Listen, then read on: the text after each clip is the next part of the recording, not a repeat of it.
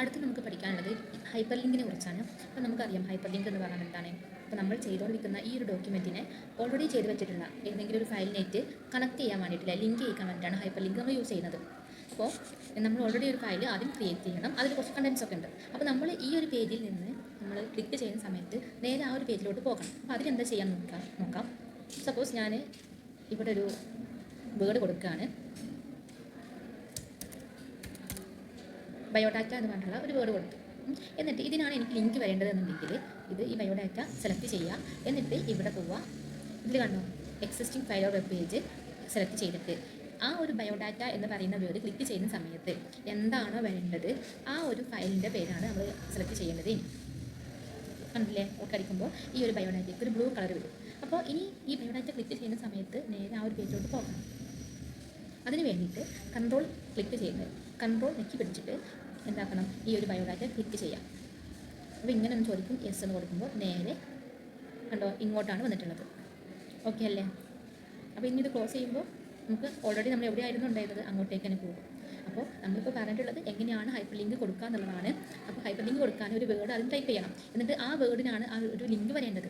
അപ്പോൾ ആ word control നെക്കി പിടിച്ചിട്ട് മൗസ് പോയിൻ്റർ കൊണ്ടുവന്ന് വെച്ച് ക്ലിക്ക് ചെയ്യുന്ന സമയത്ത് നമ്മൾ ഏത് ഫയലാണ് സെലക്ട് ചെയ്തിട്ടുള്ളത് അങ്ങോട്ടേക്കാണ് പോകുന്നത്. ഇനിയിപ്പോൾ ഇവിടെ ഈ ഒരു വേർഡ് വേണം നിർബന്ധമൊന്നുമില്ല. സപ്പോസ് ഞാൻ ഈ മൗസ് പോയിൻ്റർ ഇവിടെ കൊണ്ടുവന്ന് വെച്ച് എന്നിട്ട് ലിങ്ക് പോവുക, ഇൻസേർട്ട് ലിങ്ക് പോവുക. എന്നിട്ട് ഇവിടെ ടെക്സ്റ്റ് ഒന്നും കൊടുക്കാതെ നേരെ ഏതാണ് ഓപ്പൺ ചെയ്യേണ്ട ഫയൽ അത് ഓപ്പൺ ചെയ്യുക. കണ്ടോ, അതിൻ്റെ പാത്ത് ഇവിടെ വരും. എന്നിട്ട് ഓക്കെ അടിക്കുന്ന സമയത്ത് കണ്ടില്ലേ, അതിൻ്റെ പാത്ത് മൊത്തത്തിൽ ഇവിടെ ഓപ്പൺ ചെയ്ത് വരും. എന്നിട്ട് കൺട്രോൾ നോക്കിയിട്ട് ഈ മൗസ് പോയിൻ്റർ കൊണ്ട് ക്ലിക്ക് ചെയ്യുന്ന സമയത്ത് കണ്ടോ അത് ഓപ്പൺ ചെയ്തു വരുന്നത് കാണാം. ഓക്കെ അല്ലേ? അപ്പോൾ ഇങ്ങനെയാണ് ഹൈപ്പർ ലിങ്ക് ആഡ് ചെയ്യുന്നത്.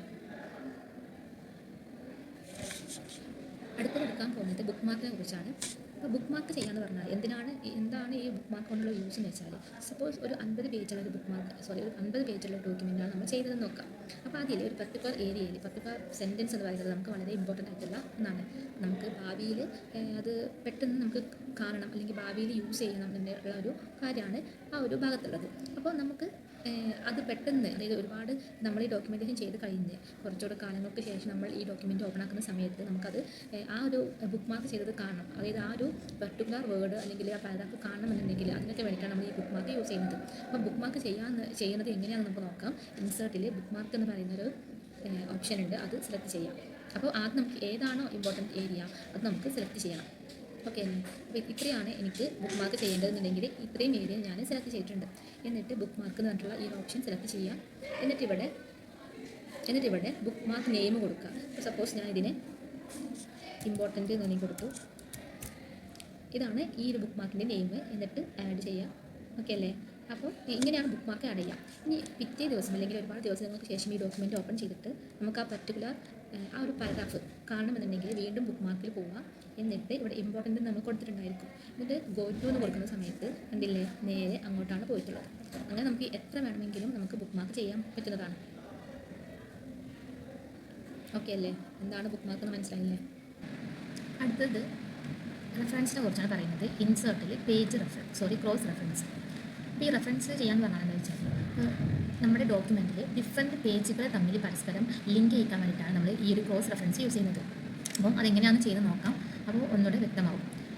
അപ്പോൾ അതിന് മുന്നേ ഒരു കാര്യം, ഇപ്പം നമ്മൾ ക്രോസ് റെഫറൻസ് ചെയ്യുന്ന സമയത്ത് നമ്മൾ ഏതിനെയാണോ റെഫറൻസ് ചെയ്യുന്നത് അതിന് ഒന്നുകിൽ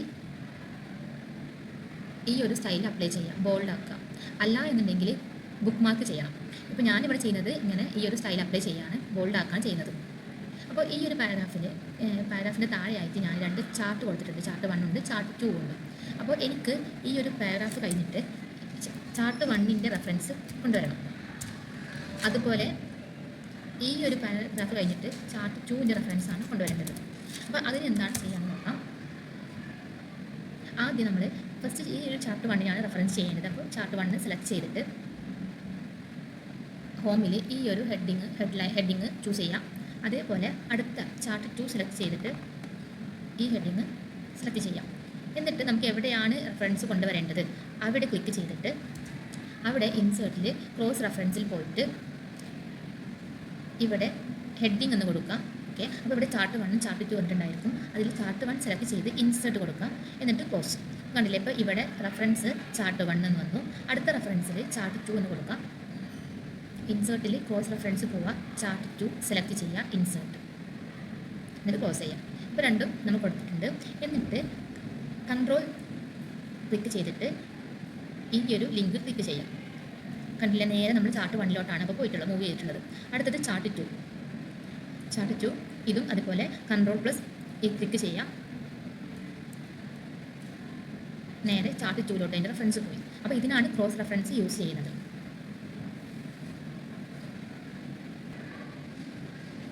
അടുത്ത് നമുക്ക് പഠിക്കാനുള്ളത് ഹെഡർ ആൻഡ് ഫൂട്ടറിനെ കുറിച്ചാണ്. ഇൻസേർട്ടിൽ ഹെഡർ ആൻഡ് ഫൂട്ടർ. അപ്പോൾ ഹെഡർ എന്ന് പറയുന്നത് ഒരു ഡോക്യുമെൻറ്റിൻ്റെ ഏറ്റവും ആദ്യവും, ഫൂട്ടർ എന്ന് പറയുന്നത് ഒരു ഡോക്യുമെൻറ്റിൻ്റെ ഏറ്റവും ലാസ്റ്റും ആയിരിക്കും ഉണ്ടായിരിക്കാം. സപ്പോസ് ഒരു ഡോക്യുമെൻറ്റിൽ ഒന്നിലധികം പേജസ് ഉണ്ട്.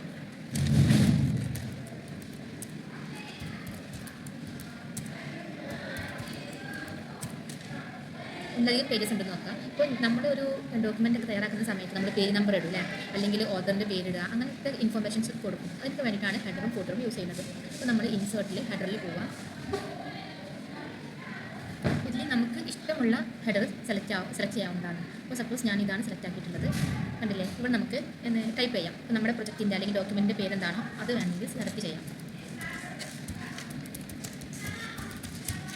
അപ്പോൾ ഇത് ടൈപ്പ് ചെയ്യുന്ന സമയത്ത് ഈ ഹെഡറിൽ എന്താണോ കൊടുത്തിട്ടുള്ളത് അത് എല്ലാ പേജിലും അത് ഡിസ്പ്ലേ ചെയ്യും. അപ്പോൾ ഇത് രണ്ടാമത്തെ പേജ്, അതിലും കണ്ടു സ്റ്റുഡൻറ്റ് മാർക്ക് ലിസ്റ്റ്. അങ്ങനെ എത്ര പേജ് ഉണ്ടോ അത്രയും പേജിൽ ഈ ഒരു ഒരൊറ്റ പേജിൽ കൊടുത്താൽ മതി. ഈ ഒരു ഒറ്റ പേജിൽ കൊടുക്കുമ്പോൾ ബാക്കിയുള്ള എല്ലാ പേജിലും ആ ഒരു പേര് അവിടെ ഡിസ്പ്ലേ ആവുന്നതാണ്. അടുത്തതാണ് ഫൂട്ടർ. ഫൂട്ടർ എന്ന് പറയുമ്പോൾ താഴെ ആയിരിക്കും അല്ലേ വരുന്നത്. അപ്പോൾ ഇവിടെ ഡബിൾ ക്ലിക്ക് ചെയ്യുന്ന സമയത്ത് ഇത് ഇവിടെ ഹൈലൈറ്റ് ചെയ്ത് കാണിക്കും. താഴെ കണ്ടോ, താഴെ ആയിരിക്കും ഫൂട്ടർ ഉണ്ടാവുക. ഫൂട്ടറിൽ നമുക്ക് എന്താണ് വേണ്ടതെന്ന് വെച്ചാൽ നമ്പറാണ്. ഇപ്പോൾ നമുക്ക് പേജ് നമ്പറാണെന്നുണ്ടെങ്കിൽ ഇവിടെ പോവുക, പേജ് നമ്പർ എന്ന് കൊടുക്കുക. നമുക്ക് എവിടെയാണ് ബോട്ടമിൽ കൊടുക്കാം, ബോട്ടത്തിൽ കൊടുത്തു സെലക്ട് ചെയ്യാം. എന്നിട്ട് താഴോട്ട് പോകുമ്പോൾ കണ്ടില്ലേ ഓട്ടോമാറ്റിക്കലി 2 വരും. അങ്ങനെ നമ്മൾ ഇനി പേജ് ആഡ് ചെയ്യുന്നതിനനുസരിച്ച് ഈ 2 3 അങ്ങനെ മാറിപ്പോകും. ഓക്കെ അല്ലേ. അപ്പോൾ ഫൂട്ടറും ഹെഡറും എന്ന് പറയുന്നത് ഇതാണ്. ഹെഡർ ഏറ്റവും ആദ്യവും ഫൂട്ടർ ഏറ്റവും താഴെയായിരിക്കും. നമ്മൾ ആകെ ഒരു ഫസ്റ്റ് പേജിൽ മാത്രമേ ഇത് അപ്ലൈ ചെയ്യുമ്പോൾ ബാക്കിയുള്ള പേജിലൊക്കെ ഇത് ഓട്ടോമാറ്റിക്കലി അപ്ലൈ ആവുന്നതാണ്. നമുക്ക് വേണമെങ്കിൽ ഈ ഒരു ഹെഡറിൽ നമുക്ക് ലോഗോസ് ഒക്കെ കൊടുക്കാൻ പറ്റും. അതിൽ നമുക്ക് ലോഗോ ആയിട്ട് ഫോട്ടോയും അപ്ലോഡ് ചെയ്യാൻ പറ്റും. അപ്പോൾ അതിന് വേണ്ടിയിട്ട് നമ്മളിവിടെ പിക്ചേഴ്സിൽ പോവാം. എന്നിട്ട് നമുക്ക് ഏത് പിക്ചറാണ് ലോഗോ ആയിട്ട് വേണ്ടത് ആ പിക്ചർ സെലക്ട് ചെയ്യാം, ഇൻസേർട്ട് ചെയ്യാം. ഇത് ഹെഡറിലാണ് അതേ ഈ ഹെഡറിൻ്റെ ഇവിടെ ഡിസൈൻ എന്ന് പറഞ്ഞിട്ടുള്ള ടൂൾ ഉണ്ടായിരിക്കും, അതിലാണ് പോകേണ്ടത്. അതിൽ പോയിട്ട് പിക്ചേഴ്സിൽ പോകുക, എന്നിട്ട് സെലക്ട് ചെയ്യുക, ഇൻസേർട്ട് കൊടുക്കുക. നമ്മൾ മൗസ് പോയിൻ്റർ അവിടെ കൊണ്ടുവന്ന് വെക്കണേ. എന്നിട്ട് നമുക്ക് വേണമെങ്കിൽ ചെറുതാക്കൊക്കെ ചെയ്യാം കേട്ടോ. കണ്ടില്ലേ. അപ്പോൾ ഇവിടെ ഇപ്പോൾ ഈ ഒരു ഹെഡറിൻ്റെയും ഫോട്ടോൻ്റെയും ഭാഗം മാത്രമാണ് ഹൈലൈറ്റ് ആയിട്ടുള്ളൂ. ബാക്കിയുള്ളത് ഇത് നമുക്ക് എഡിറ്റ് ചെയ്യാൻ പറ്റില്ല. അപ്പോൾ ഇതിൽ ഇനി എന്തെങ്കിലും മാറ്റം വരുത്തണമെന്നുണ്ടെങ്കിൽ ഇവിടെ ഡബിൾ ക്ലിക്ക് ചെയ്താൽ മതി. കണ്ടില്ലേ എല്ലാ പേജിലും ഇത് വന്നിട്ടുണ്ടായിരിക്കും. അപ്പോൾ ഇതാണ് ഹെഡറിൻ്റെയും ഫോട്ടോൻ്റെയും യൂസ് എന്ന് പറയുന്നത്.